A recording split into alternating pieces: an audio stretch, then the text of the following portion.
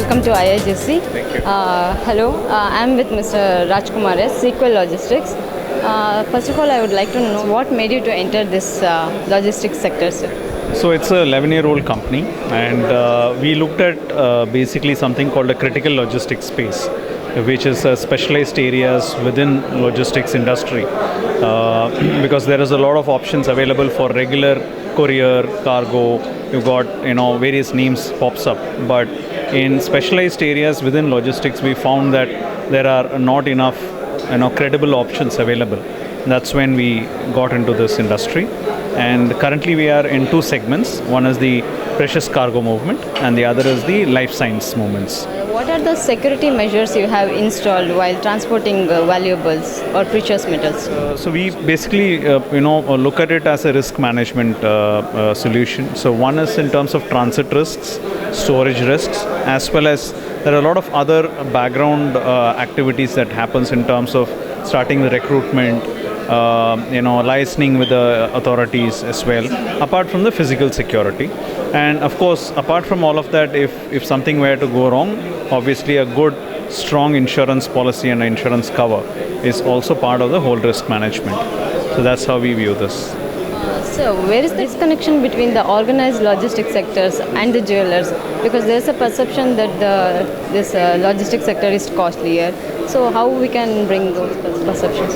Yeah, certainly there is a perception. It's the organized, secured logistics space for jewelers is something that is, a newer one. In fact, we feel we are one of the pioneers in actually providing them an organized service. And that's a lot of reasons for that. Traditionally they've been doing it either through their own employees, they use sangadias, self-carry, employees carry themselves, and so on and so forth. But there are various risks and other issues associated with that. As far as the costing is concerned, it's certainly a perception that they have.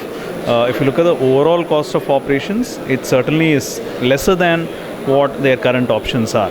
We have been able to show in the calculations to a lot of jewelers, large and small, and they have shifted over to us. So I think it's a question of awareness, and we also are scratching the surface. There are more than 1 lakh registered jewelers across the country. So the potential is immense, both for them to use an organized service and also for us to service them. I think tax invoice is a one component that jewelers are going for the unorganized sector, I think. Right. What do you feel about this? Yeah, I think the awareness is certainly a factor there, and it's an important aspect for us to spread that awareness, give them that option.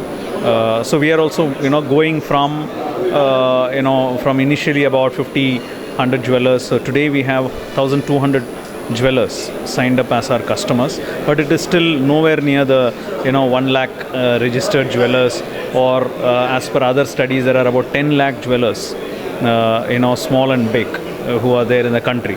So we are nowhere, we are just about scratching the surface. So it's also our endeavor as sequel to spread that awareness and reach out to the jewelers, and of course forums like this, like Bullion Bulletin and other ones, also hopefully helps in getting the word across to them that they do have a credible option available in sequel. When GST comes, how you will enhance the business opportunity or what? Yeah, with GST, hopefully everybody is awaiting that the whole movement will get much smoother. The paperwork will reduce, the documentation would reduce, the permit requirements will come down, and that's certainly going to help trade. It's going to enhance free flow of material, and that will of course translate into better business opportunity for us as well.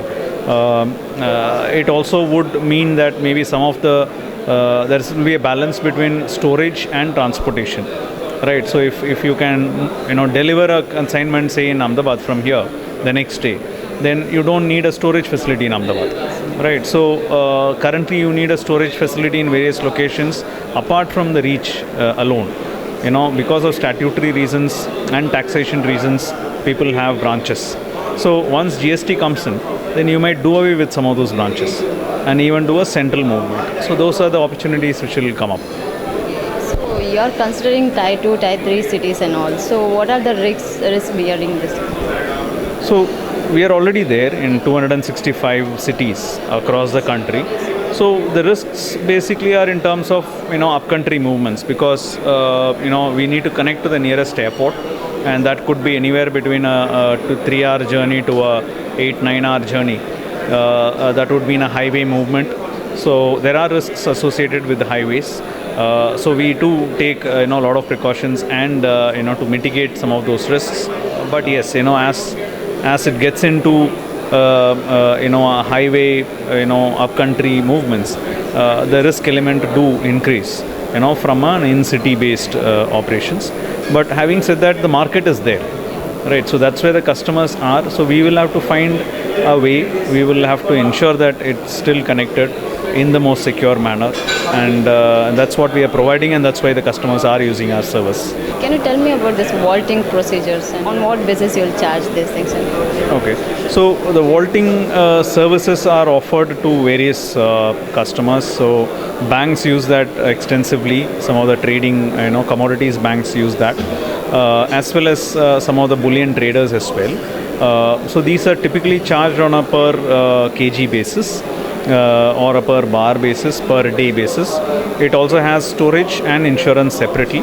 So you might have a storage cost of X rupees per bar per day, plus insurance charges of X kgs per day, kind of charges. So both put together, the customer has an option to have their own insurance, or they can take our insurance as well. So we provide both options available, for the customer. Finally, you have a partnership with G4SI. So how is the partnership is going on? Is there any future plans to enhance the business? Partnership is going very well. It's now we are into the third year of partnership, and we work together in the bullion side. They take care of the selling banks relationship up to bringing it to India. The moment it comes here, then we come into action. We do the customs clearance, vaulting, and the final end delivery to the customer. So it's been a very mutually beneficial, and engaged relationship that we have. So it's been growing very well. So we hope to do more business, in the future as well. Your opinion about this? This is, I think, one of the unmissable, event now in the calendar. We've seen the numbers grow in the last 4 years. We've been coming here for the last 4 years, and also sponsoring for the last 3 years as well. So we understood the potential and the real crowd that comes here in terms of from the industry, which is very relevant to what we do. So a lot of business happens, and over a period of these years, I think we made a lot of good friends as well. So we look forward to coming here every year, meeting up. So we all ensure that we mark our calendar and keep ourselves free for this event every year. Thank you, sir. Thank you so much for that. Thank you.